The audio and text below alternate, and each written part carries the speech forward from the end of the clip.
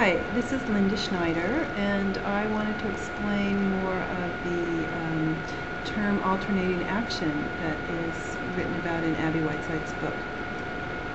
I actually had a request from a YouTube viewer to explain that, so that's rather fun to be interactive in that way. I will have to move the camera in and out so that you can get better views of obviously the keyboard and what I'm trying to explain. I don't think I can do a really close-up, but that would be helpful. If you need more information or need to understand exactly how to do it in a way that maybe a close-up would be helpful, I can ultimately do a shot of just my hand with a different camera and add that. But for now, let's see if this works. So, alternating action is basically a conservation of motion to get as many tones or beats in as possible with as few motions as possible. And this is, when she refers to it in Opus 10, number 7, that's really for 2 tones. I ultimately think you can get even 3 or 4 beats in, or notes in. So, for instance, 3 or 4 eighth notes, something like that, in one motion. Somewhere 2, 3, or 4. So the idea, let me just turn the camera down a little bit so you can see more. The idea is that to take a couple of tones, this part of your arm is used to pull back to get the tone to start, and then to push forward. How can I get this camera to push forward? There's a pushing forward. Let me turn this more. A pushing forward to get the second tone.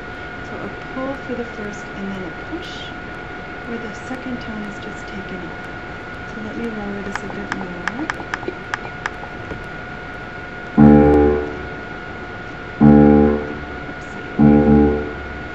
Notice how 2 tones, here's the first one, and the second one is added kind of on the roll back up. The reason this is successful is because I'm playing with my arm. If I was just playing with my fingertips, I wouldn't be able to do that. But my arm takes the pull, and on the way back, the wrist forward. It's the coming up of the first downstroke. Here's the downstroke, and on the way up the second one is tucked in. So that's basically what she's referring to, and that can be called alternating action. It can be called down up. My student refers to it as back and forth because he thinks the term down is inappropriate for this particular type of playing. Let's see if you can see what I'm doing here. I'll just play a little bit. I tend to be able to get 3 eighth notes in this particular eighth